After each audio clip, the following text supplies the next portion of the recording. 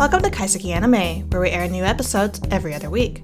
Kaiseki covers currently airing anime, older series seen recently, and other relevant topics for the season. I'm your host Marina of the blog Anime B&B, and with me is my co-host Draggle of the cleverly titled Draggle's Anime blog.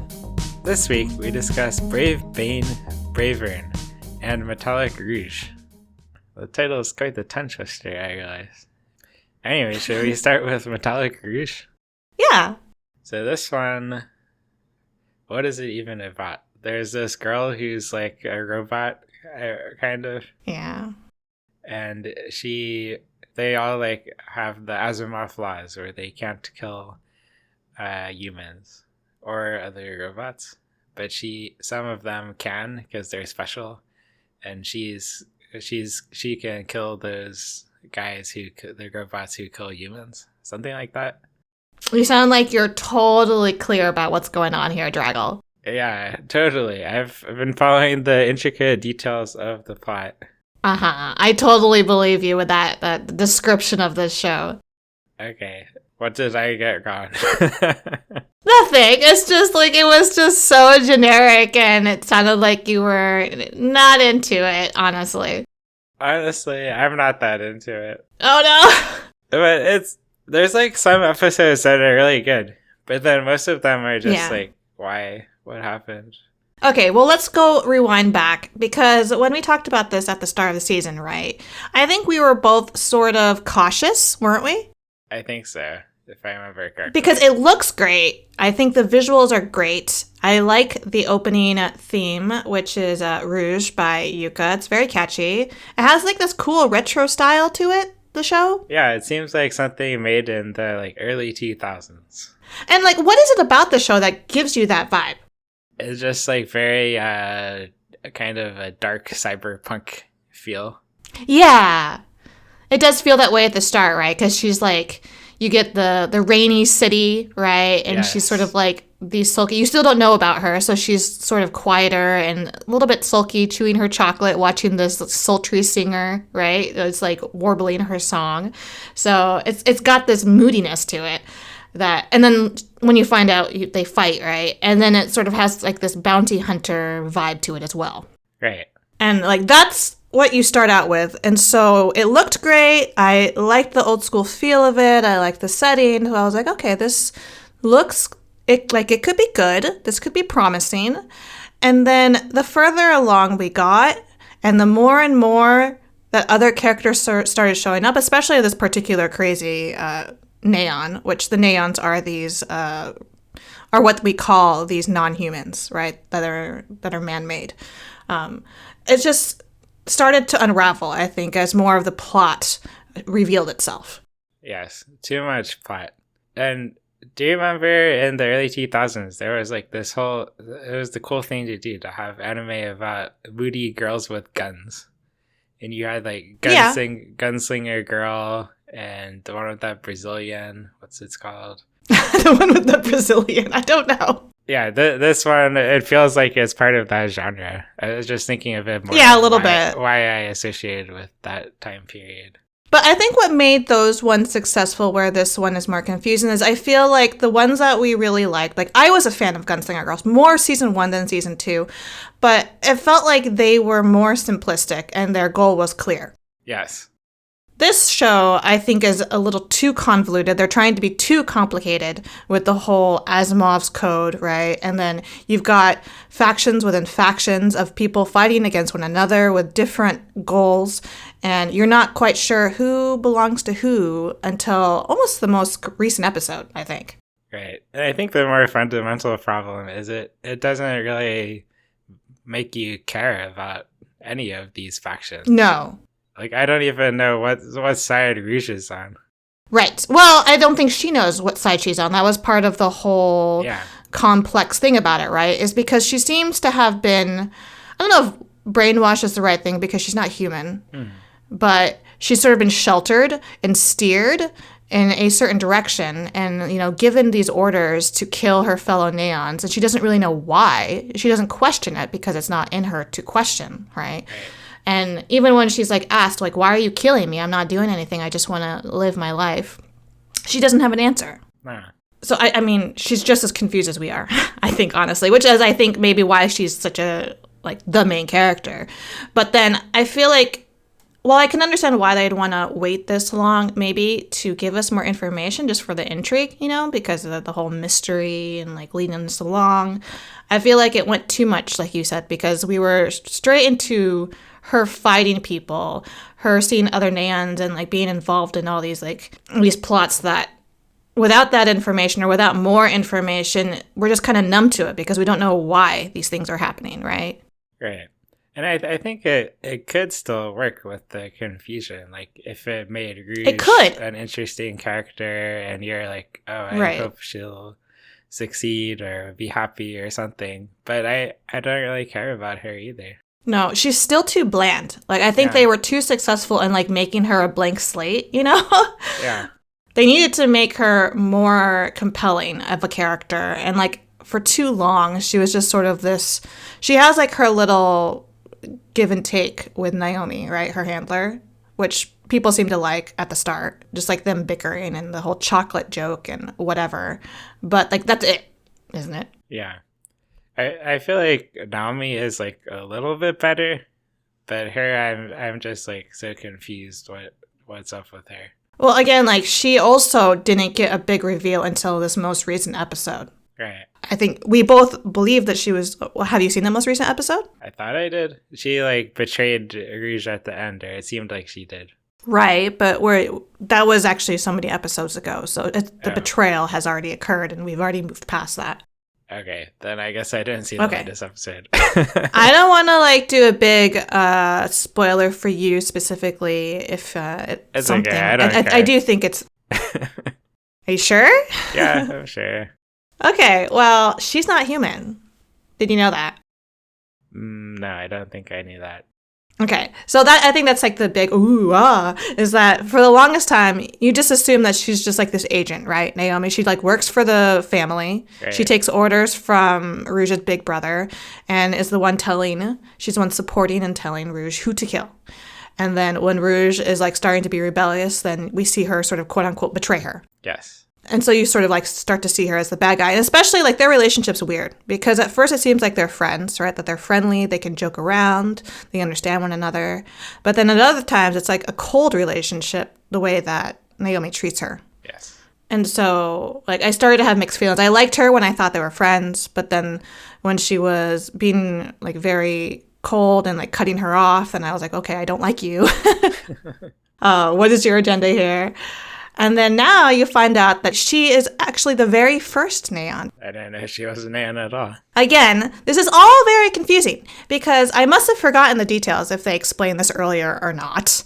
But you have humans. You have Neons. And the Neons were supposedly created by the humans, right? Created by Rouge's quote-unquote mother and father. I thought there was, like, aliens involved somewhere.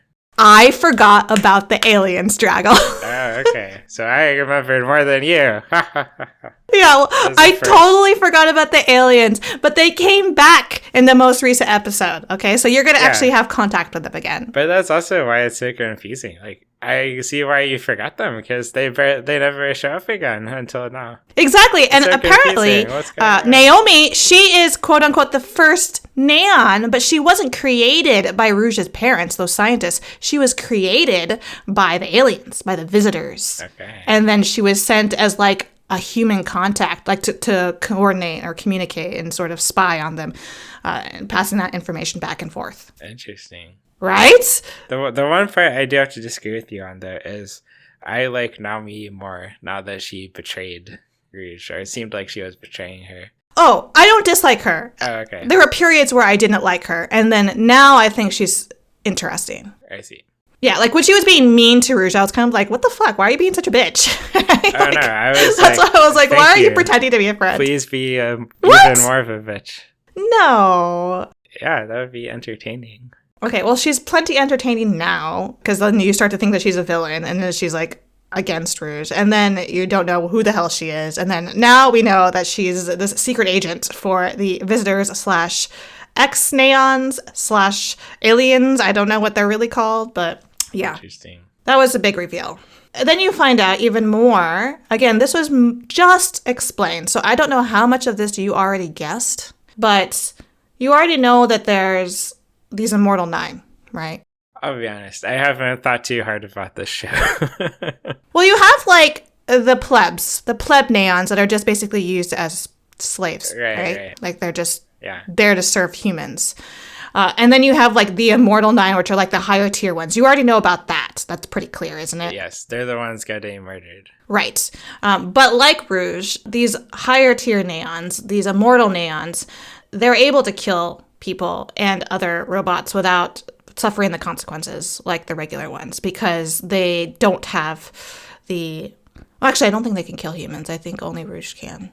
But they lack the Asimov's code thing, which we find out was something that was implemented by their creators. And then the reason why Rouge is so special is because she had a special code put into her called Eve's Code, which is the name of the mother. That is what allows her to have that freedom without Asimov's code. And that's why, apparently, a section of the Immortals want to kill her. Not really kill her, but they want to take her code, her ID, and like use it on themselves, so that all the other neons, so they can be free. Oh, I see. So you've got like these rebellious Immortal neons within the larger group of Immortal neons, because some of them, we don't know what their motivations are. Like that Sarah Fitzgerald, the singer. I think she just wanted to like sing, you know? Yeah. And then you've got like a couple of others who I have no idea what their affiliation is, because you have the Eden dude who looks like he was helping Rouge and doesn't like the other Immortals, but we don't really know why. Mm-hmm. And then there was like the doctor dude that we saw for like 1 or 2 episodes who also died. It's confusing. Yeah. Very confusing. So like the name of these rebellious ones, the ones who want to kill Rouge and take her ID code, they're called usurpers, or also, I don't know if it's the J is pronounced or not, Junoids, whatever, but they're this group that they're the ones that want to free all neons and take them away to their own planet, which is apparently, it was supposed to be Venus. And it's supposed to be like a planet for all neons to live. Why are they? I feel like it should be Jupiter if they're called Junoids. Oh, that's a good point, actually. But like that's what's also explained when we meet the aliens again, or for the first time, really. But when they're mentioned again, and then we actually get to meet them, that's where they like reveal the whole, oh, well, neons were created for Venus to like help make it livable and then to live there. And now these usurpers kind of want to like take over the plans. They should go to Venus. Yeah. That would be cool. I hope they succeed and go to Venus. I mean, I don't have a problem with going to Venus. I don't really understand their need to, I don't know. I don't understand the need for all this fighting, you know? Why can't we just all like sit down and speak peaceably? You can't have true freedom unless you're free to murder each other. You know, you're right. You are right, Draggle. Something like that. Yeah. I totally believe that's what you believe. Yeah. There's a lot of other confusing factors here. Like, what the fuck is up with the carnival? You know, the puppet master and that pigtailed chick opera who looks like she's a neon also. No idea. And then what's up with this quote-unquote sister of Rouge named Cyan? Like, whose side is she on, and why is she wanting to kill her sister? I don't get it. Yeah. I feel like I could forgive how confusing it is. Like, normally I enjoy if there's like some mystery and confusion, right? But it hasn't given me anything to really care what happens. No. And honestly, like, this show is very low on my priority list when I watch things every week. I basically only caught up because we were going to talk about it. Yeah, I guess I didn't even catch up because we were going to talk about it, although I thought I did. Yeah, no, the episodes just came out. Oh, okay. Then I definitely didn't watch it. I think it just came out today or something, because I'm pretty sure it wasn't there yesterday. Oh, okay. Well, then I will feel less bad. But I don't think you should feel bad, because really this show isn't doing itself any favors. Yeah. Now, the thing is, I don't know how long the show's going to be, because I don't think it's ready to finish at 12 episodes at all. But they don't have an episode count. So it could end here in a really weird place, or it could continue on for another season. Well, aren't there like 7 immortal guys, and how many did she kill already? They're called the Immortal Nine. Immortal 9. You can see how closely, The Immortal Nine. How closely I'm following this. Okay, well, if there's 9, I don't think they killed 9 yet. Although I've lost count. 1, 2, 3, maybe 3 of them for sure are dead now. Okay. Sarah the singer, the doctor, Afdal. I believe Eden is dying because, well, he might not be. They took his ID, though, and he didn't look so great. So I think that's only 3. Okay. Well, maybe it will go longer then. Well, my feeling is that she's not going to actually end up wanting to kill them all because it looks like there's contention even within themselves. So That's true. So it could still end. Yeah, it could end. I don't think it's ready to, but I kind of want it to, just so I can move on. Yeah, I don't know if I'll keep watching if it continues. Yeah, especially if next season's pretty busy, and has other shows, then this one will drop even further down my priority list, which is a shame because it does look great. And it can be fun with the interactions, but overall, the writing's very weak. Yeah. There's definitely 1 or 2 episodes which I enjoyed. But yeah, for the me most too. part, yeah. 1 or 2 episodes does not a great series make. Nope. Well, shall we move on to the next series? Yes, Brave Bang Bravern, which, as you said, is a bit of a tongue twister, but it's still fun to say. Brave Bang Bravern. No, I screwed up. Brave No, Bang Bravern. no, you. Brave Bang Bravern. No, Brave Bang Bravern. This is a lot harder for me than for you for some reason. And I also have a hard time remembering the title. I sometimes mix them up, and I keep typing Bang first, like Bang Bravern, but it's Brave Bang Bravern. Yeah, it's like Bane Dream. Yeah. Well, this one So this one is slotted for 12 episodes. Oh, what? Okay. Oh, yeah, no, I'm the one who convinced you to watch it, didn't I? Yeah, I dropped it on the first episode, and then you convinced me to watch it, and I'm glad you convinced me. Because after the first episode, Yeah, you enjoyed it now? Yeah. Yes. That first episode that makes me was so happy. So was I just sleeping, or was it very misleading, the first episode? Oh, it was misleading for sure. And I think using the word sleeping there is pretty good because it was a little bit of a snooze fest there for the first one. Yeah, I don't know what they were thinking with that episode. Yeah, especially someone like you, right? You're not a big fan of the whole military-esque type setting, I think. No. And they went hard into it, right, at the first episode? Yeah, it seemed like a serious military show. Right. And then the giant robot shows up. I mean, I think the episode ended with an alien invasion, right? Right. You already saw that at the end, but you were still thinking it was going to be the more serious route, so you just checked out. Exactly. Yeah. I gave it a go because I was interested in the relationship between the 2 dudes, which we have the American TS pilot, Isami Ao, and we have the Japanese, that was the Japanese tie. The Japanese TS pilot, Isami Ao, the American TS pilot, Lewis Smith. And I just wanted to see where they would go. And they went so much further and had so much more fun with that relationship than I expected them to, which is, I think, the reason why you were able to come back. Well, not just their relationship, but that's not the relationship with Bravern. I'm there for the relationship. The robot love. Yeah, I'm there for the Isami Bravern relationship. Yeah. The second episode, I think, is what won a lot of people over. Seeing the way that Bravern interacts with Isami and, the sexual innuendos, man, they abound. I also like Bravern and that commander guy. I don't know his name. Yeah. Yeah. How, the commander is kind of just, shaking his head and being like, oh, my God. Yeah. So, yeah, it took definitely a more comical turn. But it's funny that we can have this much fun with it. But it's actually quite a terrible thing that's happening, isn't it? Oh, wasn't it the world destroyed, basically? Yeah. We know that they're pretty isolated, right? Because the show starts with them doing military training in Hawaii. Yep. And then you find out, they get bombarded by these aliens. And then you find out that the same thing happened all over the world, right? Yeah. And then we quickly find out because they start working their way west, I think they start heading towards Yeah, Japan. because they want to arrive with the rising sun instead of the setting sun. That's exactly. There was like a It's 5-minute so perfect. discussion of this. Yeah. Yeah. It was worth the 5 minutes, wasn't it? It was, yes. That was one of the highlights for sure. But yeah, they go through Japan, or they go to Japan, and it's like devastated, which is like pretty sobering. And so you can imagine that the rest of the world's probably very similar. Yeah. But, you know, death, destruction has nothing on the love between man and robot, and also alien girl and man and robot. So, yeah. Oh, I don't know. Screw the alien girl. Okay, I did want to talk about her. She is an interesting character that I figured would be pretty... She's like 2.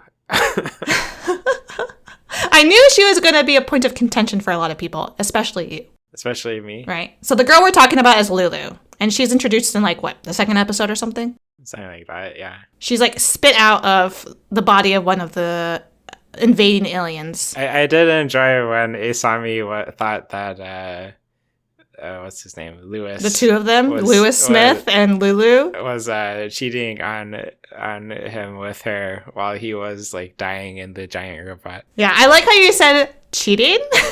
But it's like, you mean like cheating as like his fellow co-fighter, right? Like he wanted the dude to be there supporting him in the battle, right? Yes. And instead, you find out that he was in this hotel room doing who knows what with this strange girl. He was like, it looks like she's like 5 or something. Okay, that's exaggerating. She looks like she's like 12. Really? I would have said 10. Okay, 10 maybe, but there's no way she's 5, Draggle. Come on, have you seen a 5-year-old? Okay, fine. She's definitely like she's way like older 10, than that. 10. Well, visually, because we don't know at all what true. the ages of these Lulus are. Mentally, she's less than 5. Yeah. I think another reason why I find her interesting, not her specifically, but what she is. Because I think that wasn't that long ago that they described this, I think an episode or 2 ago, where they are told that she's one of many, that she is a energy source for the invading aliens, that they're not meant to be awake like that and talking, right? Yep. Which I thought was pretty interesting, and it kind of makes sense why she's so baby-like. We have slightly different opinions. I don't care about the plot that much. Oh, okay. Sorry. It's okay. What do you care about, Draggle? I care about Bravern and the brave fighting, Okay. brave knights. Yeah. Well, tell me more about them. What makes you care about them? What do you like so much about them specifically? Just every time Bravern speaks, I start laughing. He's so gung-ho, isn't he? He's so gung-ho. Yeah, he's so funny. And then I love how like everyone is playing the straight man against him. Like Isami gets so pissed off whenever he says anything. And that commander guy is just like, oh my god, not this again. And Bravern is totally oblivious to all of this. You know, another thing I really like, though, and I know we shouldn't like them, but I mean, the show is obviously steering us that way, but it's not just Bravern. Like, once they are able to get the language thing working on the others. Yeah, they're great, too. Yeah, like Spurbia, like freaking out about his Lulu. Like, give me my Lulu. And then them fighting over her. And then, well, I don't know if you've seen the more recent episodes where we meet. There's others like him that are just as powerful, just as verbose, I guess, speaking. You had, like, the female one who was fighting Lewis Smith and wanting him to make love to her, right? Yeah, it's the last episode I saw was when they were fighting, like, 3 of them at once. Yes. The female one and 2 others. Well, I think the 2 others were fighting Isami, right? Like, that was sort of the confusion of why did Bravern abandon Smith to go fight off these other 2? And then it left Smith to fight that one female. But, yeah, no, her whole talk the entire time about wanting him to make love to her and wanting to feel his breath on her and wanting to, like, find that climax, that release. I was just like, holy shit, this show. Like, I don't know why he's fighting. Can they sexualize this even more? He should just do it. It would be a lot easier than fighting. But he did do it. You saw him, like, rush in, embrace her, like her wings kind of like went around him. It was beautiful. That's true. You remember? Yeah. There was like this meme a while ago about the Gundams hugging. Oh, I don't know if I saw that. Yeah. everyone goes wild when the robots hug each other. It's I mean, why wouldn't you? Tried and true idea. Yes.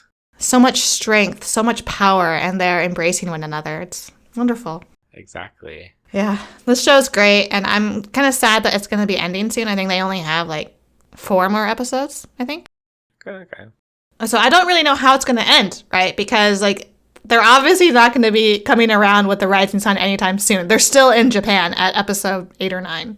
Yeah. Oh, maybe it'll have a sequel. Maybe. Although part of me wonders if they're going to end it with like a sort of understanding with the invaders, because like, do you know, I know you said you're not watching this for the plot, but do you know why they even invaded? Like, what is the point of them coming to Earth? No idea. You don't? Okay. I didn't know like if that was clear to other people or if it was just me that was confused about like, why is this even happening? I feel like Bravern like must be one of them or something. I think so too. Because he clearly but he's like, them. For some reason against them, right? Yeah. Or maybe like it's his fault they invaded because they all want to have their dream, right? Yeah, but the question is, what is their dream? Well, clearly Bravern's dream is to like get in fights and combine with a great pilot, right? Yeah. So he needs some enemies to fight against. His dream now is just for Isami to come inside of him over and over again. That's all he wants. Yes. So maybe they're helping Bravern achieve his dream. Maybe, but it also sounds, because multiple times we hear some of the other robots say this, how like their dream is to find death, which I thought was interesting. I guess that's why they're called like death drivers. That's true. So Bravern gets his dream, they get their dream. Everyone's happy. Yeah, I guess. But it still doesn't really like make sense to me. Like, why? Why do they want to die? I don't know. Life is suffering. Maybe. I guess so. But it just does make me more curious about them, you know? Yeah. And, you know, with the way that Bravern showed up in the very first episode, from the get-go, I wanted to know, like, why was he here? Why is he offering to help the humans against the others? Like, I don't know anything about him, and we're just supposed to trust him. And same with the others. Like, I don't know why these aliens are invading. So I hope that they reveal a little bit of that. That might be more story than you want, but it would be a nice thing for them to tell us before the series ends. Yeah, I feel like there'll be something about that to satisfy you plot watchers. I mean, I'm still watching this also for the same things you are, Drago. Like, this is one of the few shows where I will watch the ending, the credits. I don't remember if I do or not. What? Drago, like, that's like one of the things that hooked me immediately after the second episode was watching the ending credits of the 2 men just singing at each other. Oh, yes. Okay, I do like this one. I do like this one. I forgot. It's so good. I think the moment that it aired, like, because they usually only show up with the second episode, right? Like, the moment it aired, you had people all over Twitter gushing about how it was definitely ending of the season. And I'm still, like, I still believe that. It is the best ending of the season. Yeah, I'll give it that, yes. Okay, yes. Not only for shock value, but it's just like, it's so good to... If I could sing along with it, I would. Tune in again to Kaiseki Anime Podcast 2 weeks from now. Please feel free to send us questions or comments on Twitter with hashtag Kaiseki Anime Podcast, or on our individual accounts at Draco_Kun and at MarinaBNB. Listen to and review us on Spotify and Apple Podcasts so we can continue to grow and improve. Thanks for listening. See you next time.